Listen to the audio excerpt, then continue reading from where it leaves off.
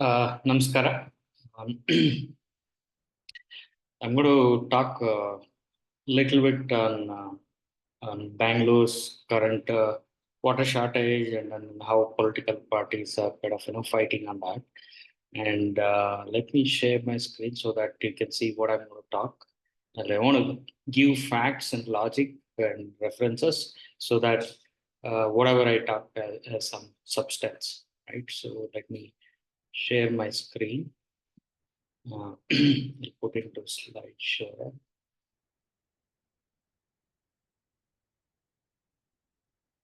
Wait a minute.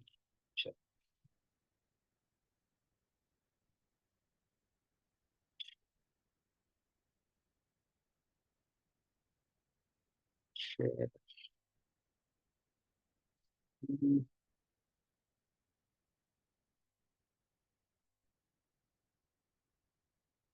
Okay. So, okay. There's so much of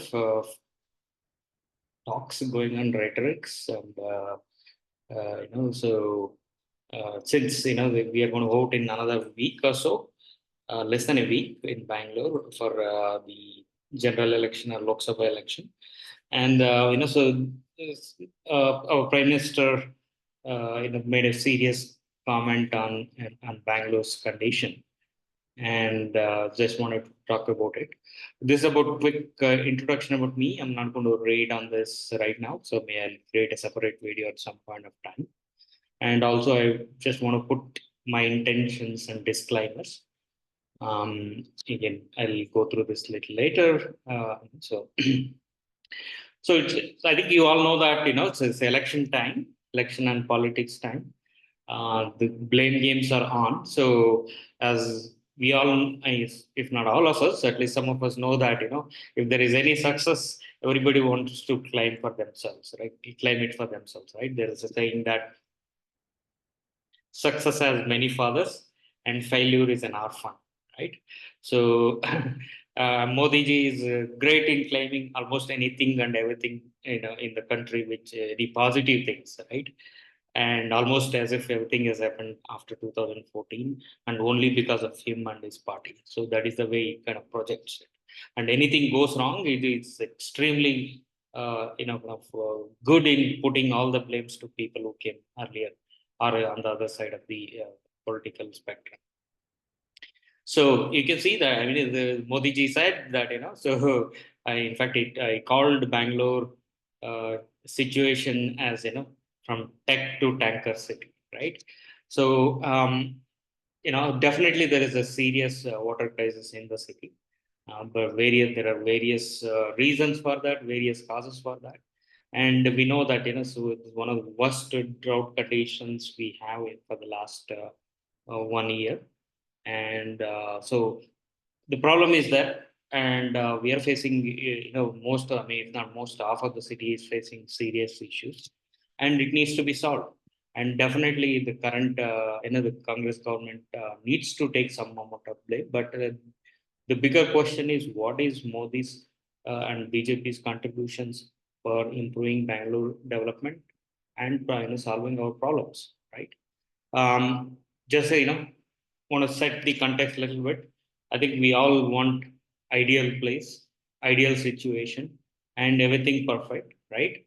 And so, but just want to remind everybody that in any of the big cities, great cities in the world, none of them, in fact, not only cities, any great structures, our system, our organization, they were not built overnight, right? So they were built over decades, sometimes over centuries.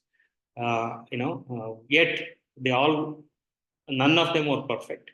All of them had or have challenges, right? Bangalore is no exception, right? Okay, just what are we going to talk about it? Um, I think you can read through it. Essentially, Bangalore is suffering serious water challenges, and of course, we have a lot of traffic issues as well. And so we are suffering for last 2 3 decades because of really dead planning and extraordinary growth in the same period. So, all regimes, especially who have come in the last 20 years, cutting across the party lines, and administrators need to take major blames for this. Prior to that, I have a lot of respect, appreciation, and then also some amount of blame on them. But there are a lot of good things had happened, and some good things have happened in the last 20 years. Also, it's not that nothing has happened, but it's quite inadequate for the kind of growth what has happened in the last 20 years. So again, BJP has been in power in center for last 10 years, and BJP was in power in state for 10 years in the last 20 years also, right? So in that period, whatever there have been contributions to Bangalore in specific, right? And also, were there not any development before 2014 or even before 2000, right? Just to remind everybody that just a year and a half back, we had really, really serious flood issue that happened during, when BJP was in power in both state as well as in center. It's what Modi ji and others want to call this as a double engine sarkar, right? So it happened. And do we blame Modi and BJP just for everything? I mean, only them for that situation? Or was it because of the extraordinary rains that we had 1.5 years back, and then of course the poor planning and poor implementation of our infrastructure, right? So that again that goes back to various regimes and parties, right? Okay, so let's try to understand the city's big picture, right? So right now, as of 2023, Bangalore metro area, right? That is, the core BBMP area, which is 740 square kilometers. And then all the peripheries, between, Nelamangala, Doddaballapur, Devanahalli, Anekal, Vaskote, and, probably Bidadi, till Bidadi, right? And Magadi. So between these towns, which were really separate towns earlier, that is the metro area now, so which is roughly about 8,000 square kilometers, significantly bigger than Paris, right? So this is the area, and we have 1.4 crore people, right? That is 14 million people, and this population is bigger than any of the Scandinavian countries. So just think about that, right? So the GDP of this area is about $300 billion in PPP terms, purchasing power parity terms, and probably about $100 billion in currency exchange rates. So the population, you can see that it was 4 lakhs in 40s, and in 2011 it was 84 lakhs, and we have not had the census for last 13 years. First time in the history of census, so census has not been done by central government, sadly, and it's estimated that we have 1.44 people as of 2023, right? So the city is quite cosmopolitan, so predominantly it's Hindu city, but there are people of various faiths and religions, right? And also we have the very high language diversity, right? So probably Kannada speaking people are only 40% in the city, right? There are significant non-Kannada speaking population in the country. They've all enriched the city, as well as they've also got benefited from the city. So Bangalore did not happen, in the last 10 years, 20 years, or 50 years, right? It has been happening for at least 500 years. And it was a small village before Kempegowda came in. Kempegowda was the ruler of Magadi province, and he was feudatory of Vijayanagara Empire, and they kind of after the collapse of Vijayanagara. In fact, during Vijayanagara, he was kind of what is it under the Vijayanagara Empire, and so he saw Hampi, the city of Hampi, and he wanted to kind of build his own city, and that's how Bangalore started.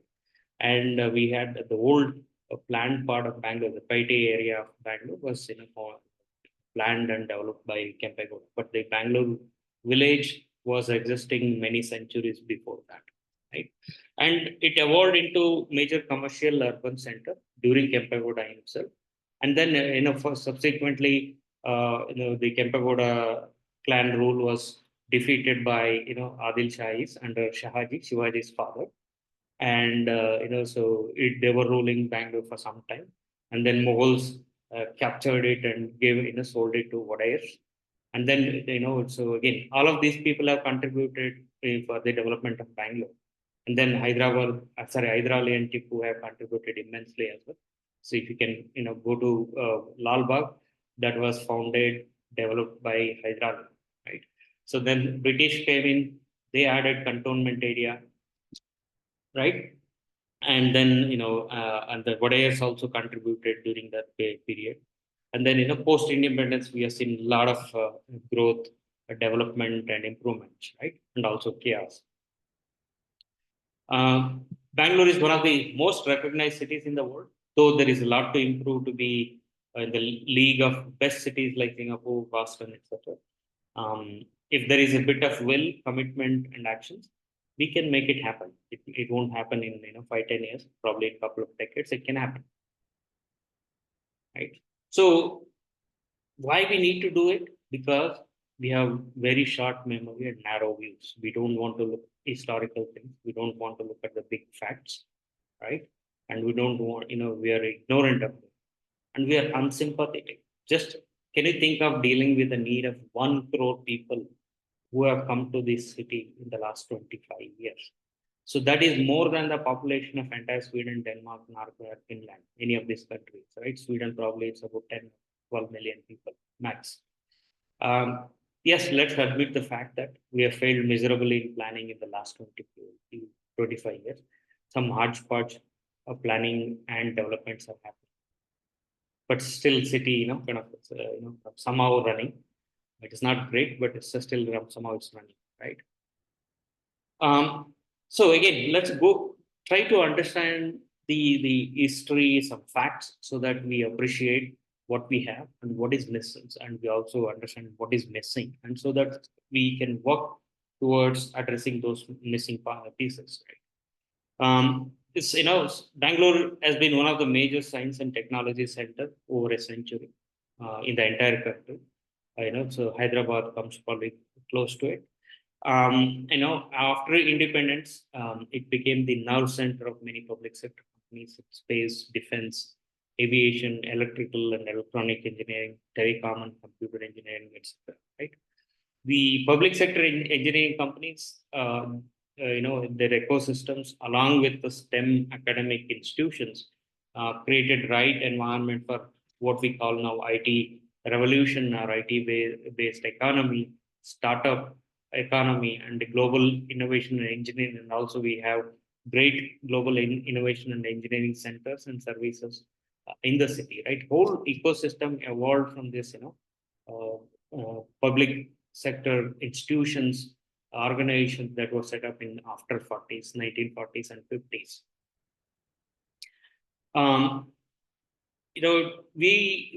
Bangalore is the IT capital, or Silicon Valley of India. We account for third of India's IT exports, which is roughly about $60+ billion, right? It is also the startup and private innovation engineering hub of India. So India now has about 100 plus, if not this number can vary, 100 plus unicorns, essentially companies, startups, whose valuations have gone beyond $1 billion, right? So there are 100 of them in the country, and Bangalore has the highest number in India, to be 25 plus. Well, with all those things, Bangalore is a mess for the last 25 years, right? So, transportation, major traffic congestions are there, and road networks are really poor. There are a lot of road encroachments, and the growth, or so-called growth and developments, are very chaotic and unplanned. The metropolitan area planning and implementation is lacking significantly. Water shortages are there in new areas, the peripheries that have come up. Anything outside of the outer ring road, There are a lot of shortages in various things. There are, really have a lot of issues with sewage and garbage. Sewage is ending up at lakes, and garbage, we're not able to manage it. We have many parts of the city are flood prone, and lakes are being encroached, and also sewage is entering, right? So density of population has become, uh, uh, you know, it's very high, and there are no civic communities in many of the new areas. And so, unfortunately, pollution has increased, in the air, water, sound, etc. Of course, with the increase in the population and with increase in the economic activity, the crime rates have also increased, but still probably we're much better than many other cities in the country, right? So Bangalore with spectacular growth, so it's a kind of half full and half empty city. Perhaps most major cities, whether it's not only Bangalore, it's Chennai, Hyderabad, maybe Hyderabad being a little better. Delhi, the NCR, Delhi, and then Mumbai. They're all in very similar situation in Kolkata for a long time, right? Again, major causes are, so I think there's significant degradation of political leadership, public participation, and the administration as well. So again, coming back to the current uh, water shortage, let's look at what is uh, Modi and BJP's contributions are, and also what are the contributions of earlier regimes, right? So yes, it's glass half empty. Let's look at what is half full, right? So we had really serious flood, kind of nearly, if not half, one third of the city was flooded, and it was, in 2020, 22. And so, our area, the new periphery of the cities, and it was really badly flooded, right? Um, what did they do? And why did that happen during double engine sarkar? So let's look at the half full part of the Bangalore, right? So we can keep complaining, and but let's look at how things have come up over the last many decades, and probably over a few centuries as well. So if you look at Bangalore's growth, that economic growth, and primarily economic growth, that happened because of the various big public sectors were set up here. So BEL, BHEL, BML, so, and NAL, HAL was not set up during it was set up even before independence, but it was significantly enhanced after independence, right? HMT, Hindustan Machine Tools, people have forgotten, it's almost closed organization, but it is one of the iconic companies in the country. ITI, Indian Telephone Industries, again another forgotten company. They played a significant role till 90s. And CDOT, Center for Development of Telematics, Center for Advanced Computing, Development of Advanced Computing. And LRD, these are all defense and space research organizations. ISRO, I don't have to talk about it. There are various DRDOs that are based in Bangalore, right? Defense research and development organizations, right? They were all established from between anywhere from 1940s to 1990s. In that period, you can go and look at the work in the center and during the state. Mostly it was Congress regimes, right? So they have contributed immensely, right? And whatever the IT revolution, they have stemmed out of these organizations. And what has been the contribution of BJP in adding and enhancing this list, right?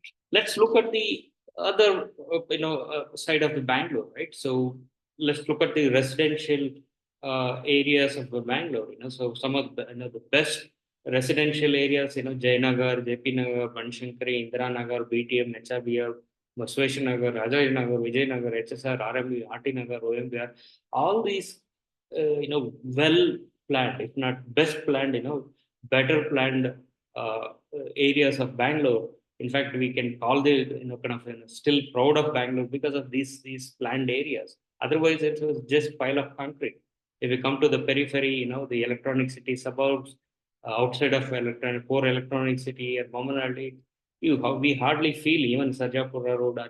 Hardly feel that is a great city. There's hardly anything to be proud in this area, though there are some great buildings and an oasis of some decent apartments and complexes, but very chaotic development. If you go to these well-planned areas, you really feel proud of them, and they're much more livable, right? So it brings a sense of pride when we visit these places, right?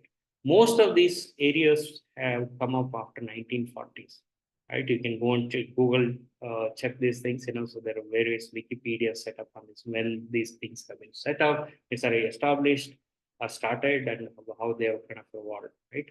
So the last, area of planned development happened in some of these things, Bangalore 360, Vishweshwara layout, Anjanapura, Kempegoda layout, etc. And I think probably the Kempegoda layout is the last planned area in Bangalore so far. There is a Shivaram Karanta layout which is said to be kind of released, but we yet to see what comes out of it. So, in terms of the educational institutions, right? Let's look at some of them. These are the institutions of eminence or institution of repute. University of Agricultural Science, GKVK, Gandhi Krushi Vijnana Kendra. It came up in 1960s.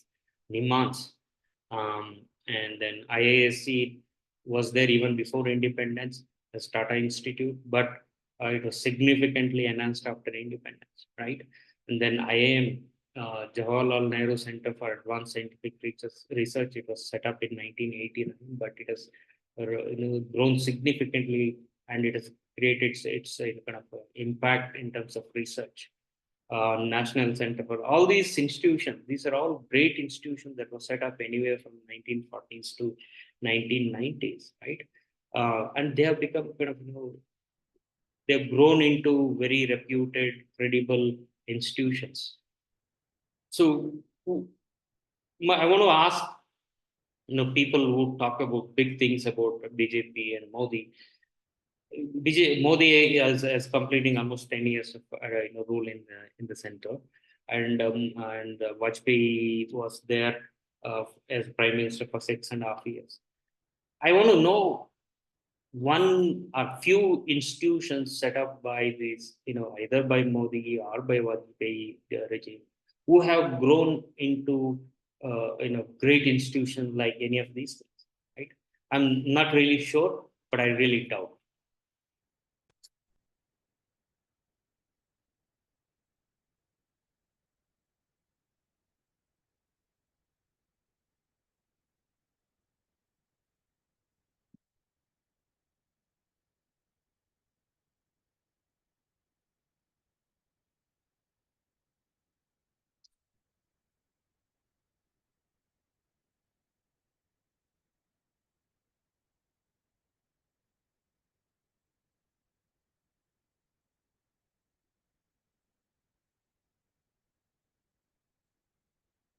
Okay, apologies for that. Um,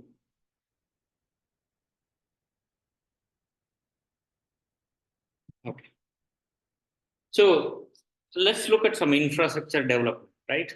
So the outer ring road, it's really the backbone of new Bangalore. So anything that has come in and around outer ring road. In fact, most of the IT development, IT corridor is around this outer ring road, right? So really, there is some estimation. It's kind of supporting economic activities of about $22 billion.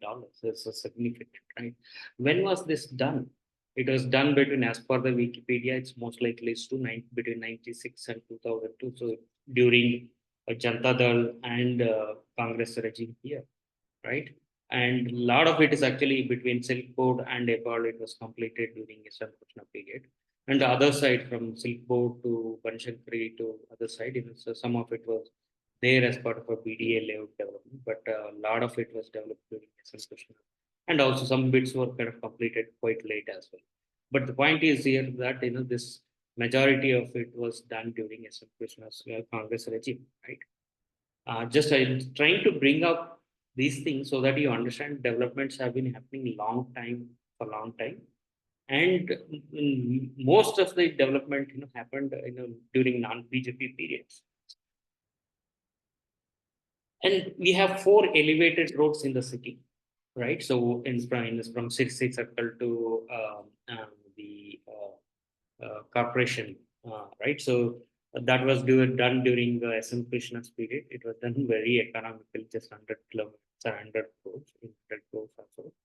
And we have three major elevated roads: one in Tumkur Road, another in Ballari Road, New Airport Road, and in Electronic City. So all three were done during UPA 1 and 2, right? So these four elevated roads, they were done during Congress regime and UPA 1 and UPA 2. And of course, now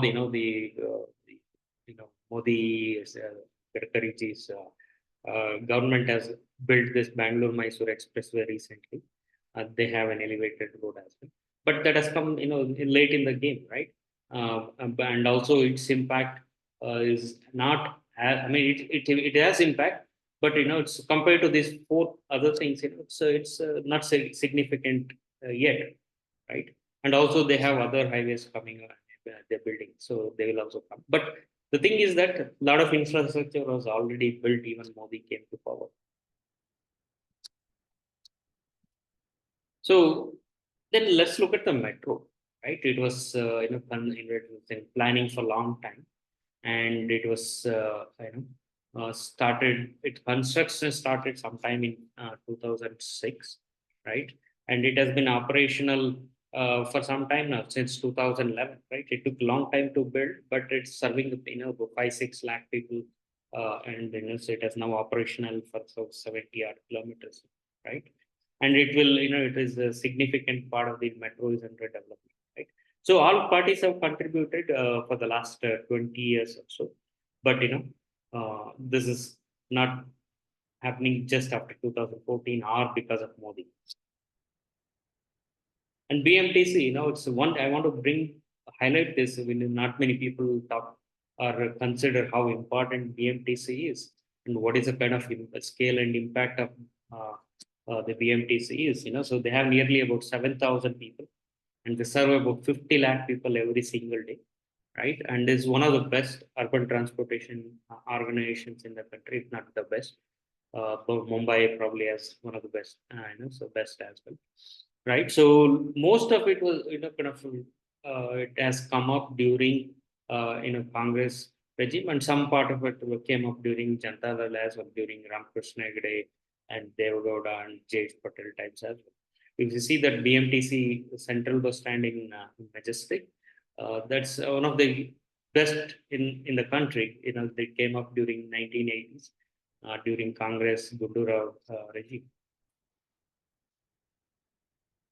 And Bangalore was known as garden city. Unfortunately, we have lost that. At least in the periphery, there's hardly any of it, and there's so much of concretization that happened. But there's so much of emphasis and efforts and and resources given to that in 1980s and 90s. And I don't know how to kind of do that in the kind of fix that problem in the periphery, but we have to appreciate whatever is there in the central part of the city that has been happening for some time, but it was kind of significantly emphasized during 1980s and 90s. And then water supply, right? And of course, we're facing serious issues, and we have, but at the same time, we have to remember that we need to meet the needs of 1.4 crore people, right? If you consider that entire 8,000 square kilometer, BWCSP is probably supplying to one-fourth of it, but in terms of the geographic area, or even less than that. But in terms of the population, probably they're serving or providing water for 50-60% of the people.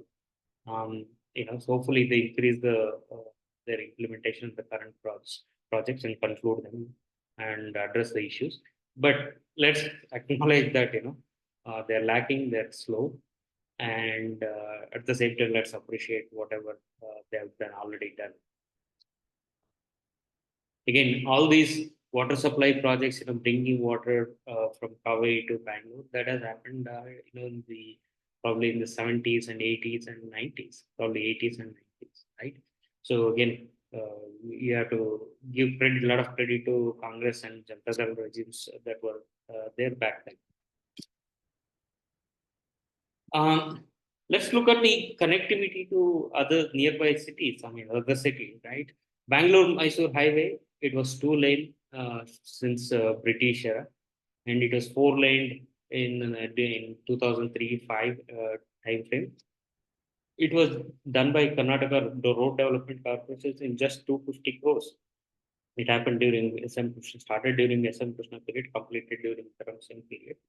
And just to kind of give a comparison that the current 6+4 lane service lane expressway, we have spent 8,000 crores, right? So of course there are bits, some pockets have elevated roads, the cost of constructions have gone up, cost of land acquisitions have gone up as well, but 250 crores versus 8,000 crores is significant, right?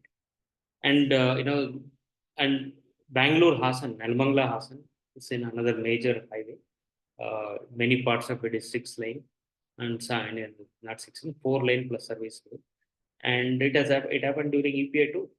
And Bangalore also Chennai, which is part of Golden Quadrilateral, which is just 4 lane, and it got increased to 6+ lane during UPA too. So a lot of flyovers were built for smooth travel, right? So and then Delhi, the north-south corridor from Kashmir to Kanyakumari, NH7, old NH7, it was envisioned during Vajpayee period, but because of lack of resources, it was not done, and was largely implemented during UPA 1 and 2. And the Bangalore, Madurai, I mean, this entire Delhi, Hyderabad, Bangalore, this now it is 4 to 6 lanes. Some pockets are 6 lanes, some pockets are 4 lanes, some pockets are 10 lanes. If you go from Hebbal to Devanahalli, it's a 10-lane highway. So there were also other roads initiated. One of them is Kote, Devanahalli, Dodballapura, Dabaspete. It was initiated during UPA 2, probably UPA 1 as well, but it struggled, and it's near completion now. There's been a lot of push in the last 2 3 years. We should give credit and also express our gratitude to the current regime for that. So looking at the what kind of drives Bangalore's economy, it is IT industry, right? So let's look at how this all started. It did not happen after so-called economic liberalization of P.V. Narasimha Rao and Manmohan Singh in 1991, or after 2014 when Modi became prime minister. It started in 1960s, right? So you can see this. There was a Baba Committee report and action in a plan that was implemented in 1960s. But TCS came up in 1967, right? So the ecosystem, the environment, and the laws, the infrastructure, they were all kind of evolving since then, right? The STPA was established in 1991. They were providing a lot of basic infrastructure and services for the IT companies, right? The electronics in city in Bangalore, it was established in 1978 during Devaraj's period, and this was set up specifically for manufacturing. The providing infrastructure, good quality infrastructure for electronic companies for both domestic consumption as well as for export, right? So it happened. It has been happening or developing since then. So there are people who complain that government IT industry grew despite government, or government didn't know what to do with it. That's why IT industry grew. That's all nonsense. Government knew about it, a lot of it. They provided a lot of support in terms of infrastructure, policies, and tax exemptions. infra, those kind of things, right? There's a lot of, well-planned layouts were developed by industrial development boards or, corporations, and they were given at cheap rates, right? So go to Electronic City, we'll see that how good, reasonable, if not great infrastructure that is, right? Outside of Electronic City is all chaos, unfortunately, but inside Electronic City is fairly good. Right? Infosys was started in 1980s. So IT revolution, again, it started in 1960s, right? So the International Tech Park, ITPB or ITPL, it was done, kind of established in early 90s, started in early 90s, mid 90s. It came to operation towards the end of 1990s. And there were other major players in enabling our IT revolution, right? So this Center for Development of Advanced Computing, they developed a lot of capabilities. We were even developing quantum computers, supercomputers, right, and so on and so forth, right? So what I'm trying to say, these things have been happening over decades. We kind of ignore these developments and contributions of in the progression of our city in terms of economics, or the other socio-economical aspects of the city. Let's look at some of the other, say, interesting things. You see this, how do we identify Bangalore? What is the icon of Bangalore? It's Vidhan Song. It was built during 1950s, after independence, right? So one of the most beautiful public building that has come up after independence, right? So which party was in power? It was, Kengal Annade was the chief minister. Congress was the party, was the one who was in power that time, right? There's no other equivalent building that has come up in the country. Just for comparison, tell me what is on the right side here.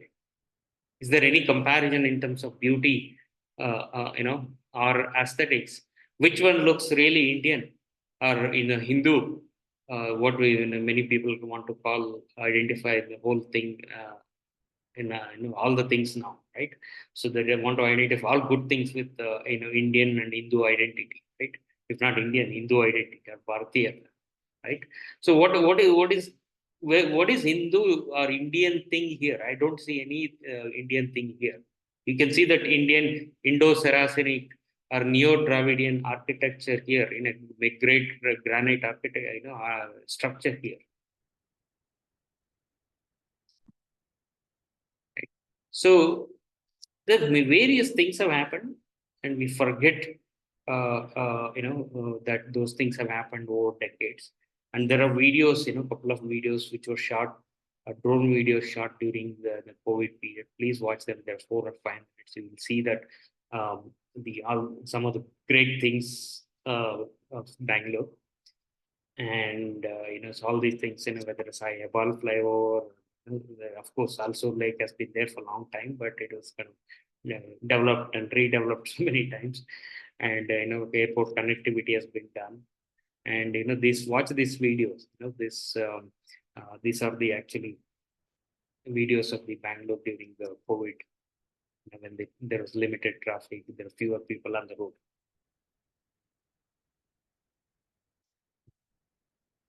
So in the end, what I want to say that Bangalore, sorry, the head title is not right. It's not irrelevant. Bangalore is half full, half empty. It's a great city on one side, and it's a lot of chaos there, a lot of gaps in the city, and a lot of development has been happening over period by various regimes and political parties, and political leaders, as well as social and economic, the business entrepreneurs and civic activists and so on and so forth, right? And there were some great administrators as well. So they've all contributed, right? So we have to really appreciate about and also think of the scale and size of the problems as well. And let's participate in improving things. And we have to be active, and we have to demand things as well from the political parties as well, right? Um, and I just want to give some credit to Modi as well. I don't want to end with no giving no credit to Modi and Gadkari as well. So they completed Bangalore Mysore Expressway. And I would say it's not. I don't think it's world class, but it's I would say 8 out of 10. It has come out reasonably well. They're also executing new Bangalore Chennai Expressway and satellite town ring road as well. They will help Bangalore definitely, and we should be proud of them as well. But they're coming at extremely high cost. That's something we have to be considerate about it, and the tolls will be very high, unfortunately. And there are various rates, not just Modi and Gadkari as well. So it's the cost of land acquisitions have gone up because of the change in the land acquisition laws, right? That happened during UPA too. So I don't want to blame entirely Modi and Gadkari for the Gadkari ji for that, but at the same time, the costs have really shot up. So um, let's hope that so things will improve. Not only hope, we all need to participate, contribute, and demand for better Bangalore, and we need to work together. ಧನ್ಯವಾದಗಳು ಎಲ್ಲರಿಗೂ ಒಳ್ಳೆಯದಾಗಲಿ thank you